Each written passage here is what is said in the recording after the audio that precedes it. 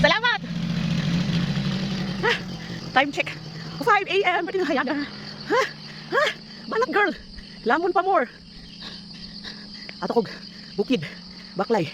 Mga 5 kilometers. 5 to 6 kilometers. Ang baklay yun. Very tungason.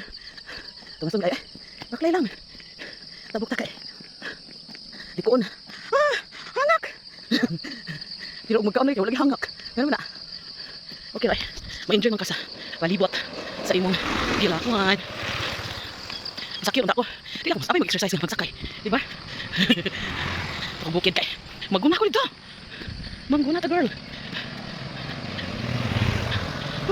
Isa bay kapuyon anang inana imong palibot. Way tawo. Way balay. Actually pangpang nga diha. Pangpang.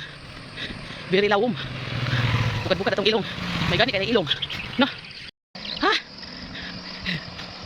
Muna akong kakuanan basta. Udto na akong baklay. Kay masangit kong chismis. Nahapit na ni. Gawas ang haring adlaw. Udoon na ko. Pit ako na vote. Masangit kong chismis dito subos. Hindi lagi magka. Gidara na ta.